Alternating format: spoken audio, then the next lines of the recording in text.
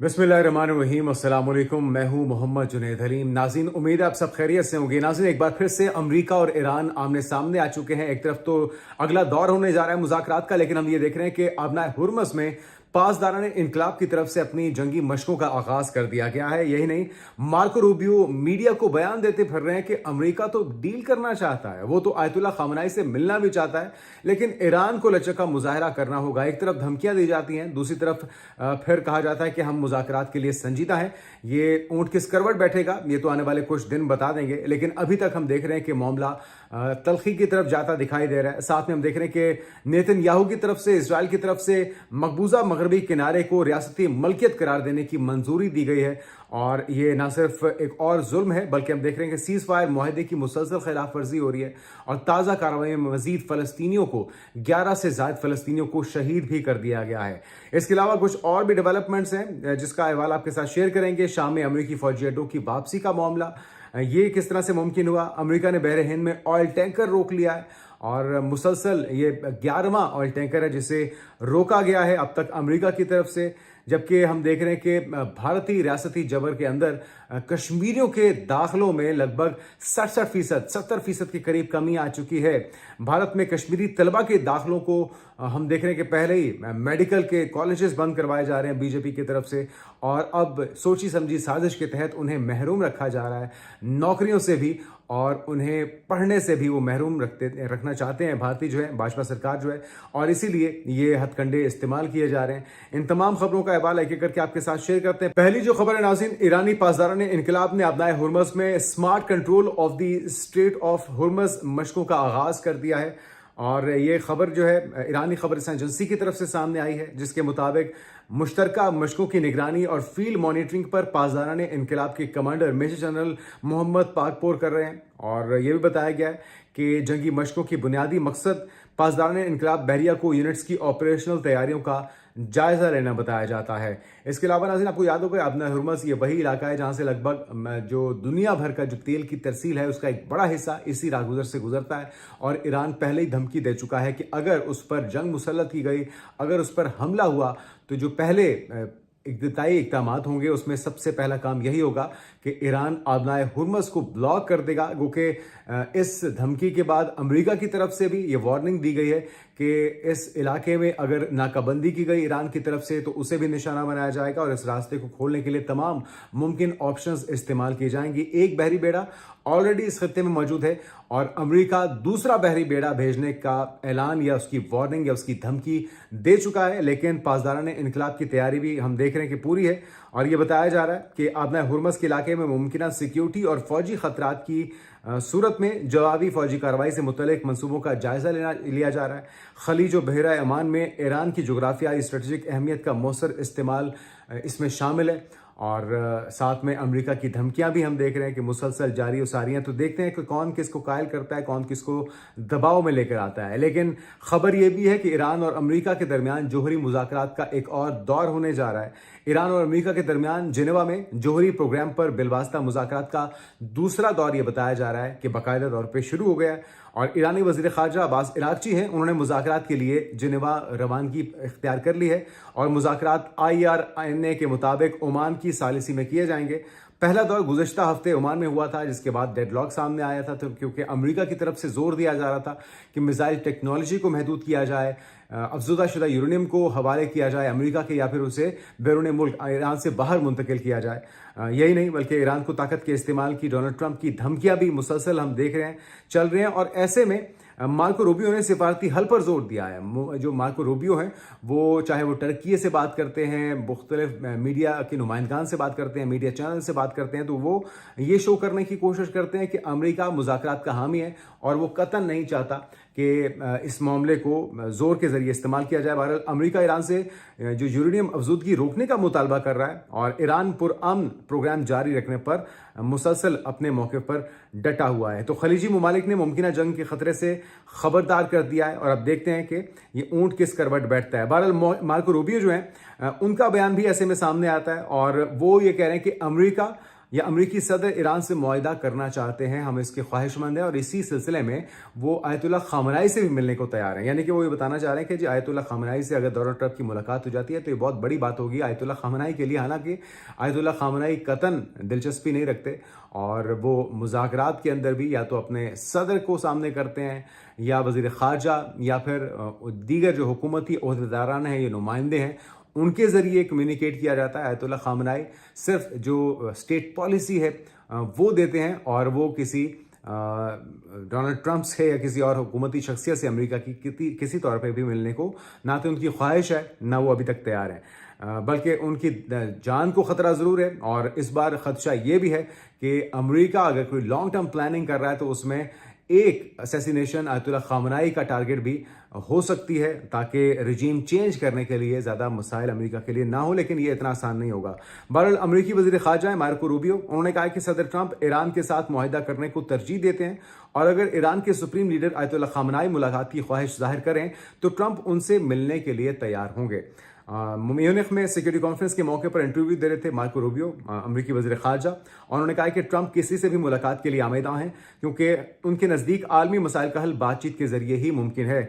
और रूबियो ने यह भी कहा है कि अगर आयतुल्लाह खामनाई कल ही सदर ट्रंप से मुलाकात की दरख्वास्त करें तो यह मुलाकात हो सकती है, इसलिए नहीं कि ट्रंप उनसे मुत्तफ़िक हैं बल्कि इसलिए कि वो समझते हैं कि मसाइल इस तरह से हल किए जाते हैं।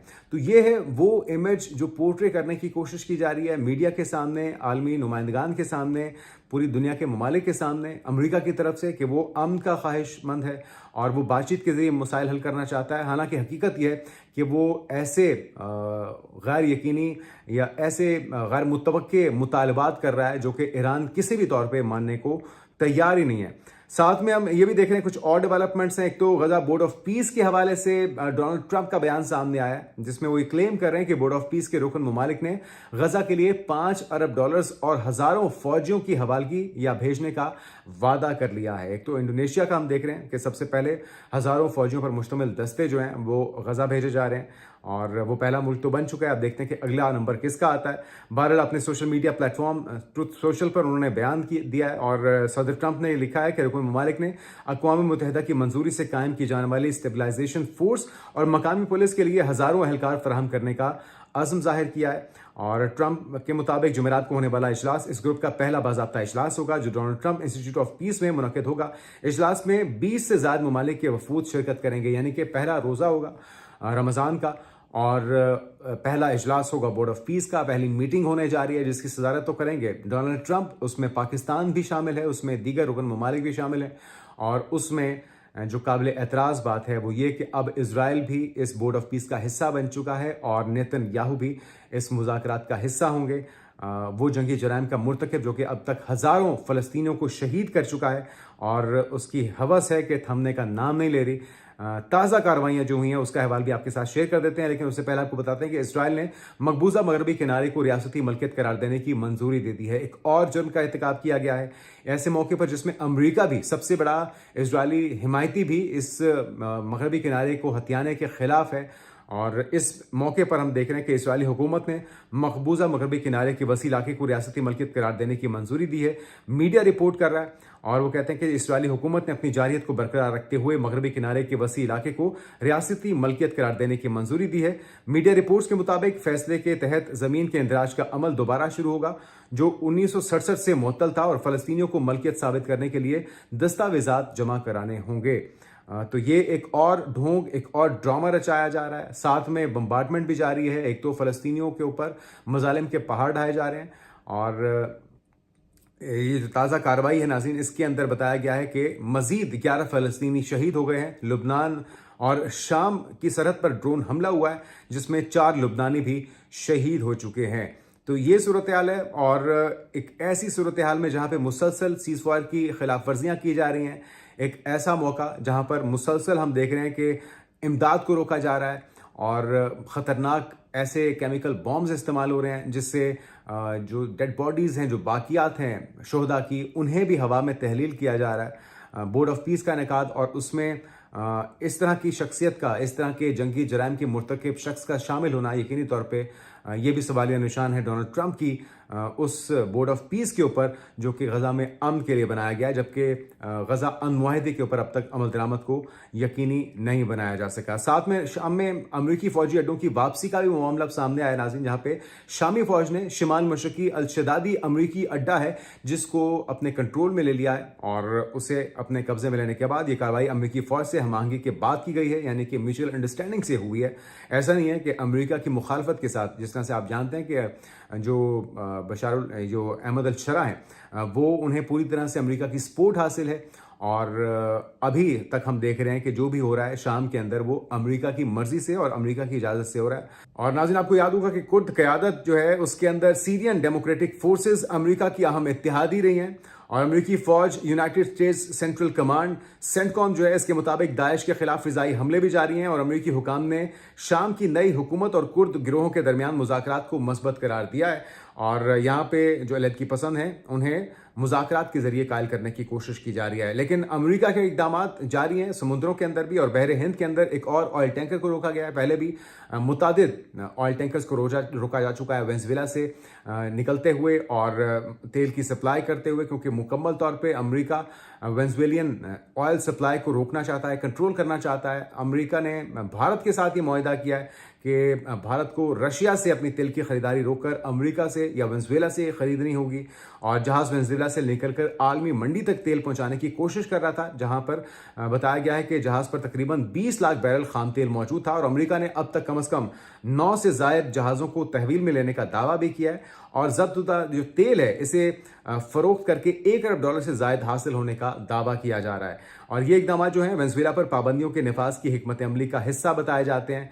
तो ये तरीका वारदात है, भारत काबिज होता है किसी मुल्क पर, उनके वसाइल पर, उनकी मादनियात पर और फिर उसे अपना हक समझता है और माइट इज़ राइट का जो कानून है उसे अमेरिका ने नाफिज करके जो आलमी कवानीन है, जो उसूल हैं, उसकी खुद ही धज्जियाँ उड़ाई हैं और दुनिया को ये सबक देते हैं सिविलाइजेशन का, उसूलों का, कवानीन का, इंसानियत का, लेकिन अपने ही मुल्क में और अपनी ही हुकूमत जो है इनकी वो तमाम तर अखलाकियात को, इंसानियत को, कवानीन को रोनती भी चली जाती है, लेकिन इनसे कोई सवाल पूछे तो इन्हें बुरा लगता है या नागवार गुजरता है। लास्टली आपको बताते हैं भारत के अंदर कश्मीरी तलबा के दाखिलों में कमी हुई है। उत्तराखंड में कश्मीरी तलबा के दाखिलों में तकरीबन 67% बताया जाता है कि कमी रिकॉर्ड हुई। तकरीबन जो तादाद है 6000 से कम होकर 2000 तक पहुंच गई है और 2019 के पुलवामा वाक़े के बाद इम्तियाजी सलूक और हिरासानी के वाक़यात मजीद बढ़ गए। बाज़ तलबा ने अदम तहफ़्फ़ुज़ के बायस तालीम छोड़ दी है या दूसरी जगहों पर मुंतकिल हो गए हैं। इसके अलावा भारतीय जनता पार्टी बीजेपी नाकदीन ने हुकूमत या हुक्मरान जमात की पॉलिसियों पर सवाल उठाए हैं। हुकूमत ने तमाम शहरियों को बराबर हकूक़ देने का वादा किया है। राग अलापा जाता है कि जी हम बराबरी की सतह पर सब कुछ करते हैं और हकीकत यह है कि इन्हें तकलीफ होती है जब मेडिकल कोटे में भी किसी कॉलेज में, किसी इंस्टीट्यूट में अगर कश्मीरी तलबा ज़्यादा आ जाते हैं तो पहले उन्हें इस तरह से डराया धमकाया जाता है और अगर बात फिर भी ना बने तो फिर ये उस इदारे को भी बंद करवा देते हैं। अभी हालिया जो एक कश्मीरी मेडिकल कॉलेज को बंद करवाया गया था वो ताज़ा मिसाल आपके सामने ही है। यही नहीं, अफगानी भी दर्द सर बने हुए हैं दुनिया भर के लिए और इलीगल तरीक़ों से जो इंसानी स्मगलिंग है उसके ज़रिए पहुँचते हैं, इलीगल वेज से पहुँचते हैं। गैर कानूनी तौर पर यूरोप जाने की कोशिश करने वाले 18 अफगान मुहाजिरीन जो कि इलीगल वे से जा रहे थे उन्हें टर्की ने गिरफ्तार कर लिया है। खबर क्या है ज़रा सुन लीजिए। और इसके मुताबिक तुर्क खबर एजेंसी के मुताबिक गिरफ्तार अफगान मुहाजिरीन में ख़वातीन भी शामिल हैं, बच्चे भी शामिल हैं, जिन्हें मुल्क बदरी की कार्रवाई के लिए मुतल्लिका जो इलाका है वहाँ पर मुंतकिल किया गया था। तुर्क सरहदी फोर्सेस के मुताबिक गिरफ्तारी एक ऐसे ऑपरेशन के दौरान अमल में आई है जिसका मकसद ज़मीनी रास्तों के जरिए यूरोपीय ममालिक में गैर कानूनी तौर पर दाखिल होने की कोशिश करने वालों को रोका जाता है। और तुर्क directorate general of migration management की आदाद शुमार के मुताबिक गुज़श्ता साल मुल्क भर में 1,52,000 से ज़ायद गैर कानूनी तौर पर तारकीन वतन को हिरासत में लिया गया, जिनमें 42,000 से ज़ायद अफगान शहरी शामिल हैं, यानी कि 52,000 में से 42,000 अफगानी थे। और यही सिलसिला हम देखते हैं कि दुनिया भर के मुल्कों में इस वक्त शुरू है। ऑस्ट्रेलिया है, कनाडा है, अमेरिका है, यूरोप के अंदर तो आप देख ही रहे हैं। पाकिस्तान से इनको बेदखल किया जा रहा है, ईरान से इनको चुन चुन के निकाला जा रहा है। लाखों अफगानी को निकाला गया जो 12 रोज़ा जंग थी इसराइल के साथ, क्योंकि इन्होंने जासूसी की थी। तो अब टर्की ने भी कार्रवाई करते हुए मुतअद्दिद अफगानियों को न सिर्फ गिरफ्तार किया बल्कि इन्हें वापस अब डिपोर्ट किया जाएगा। आने वाले दिनों की पेशरफ से आपको आगाह करते रहेंगे। अपना ख्याल रखिएगा। अल्लाह हाफ़िज़।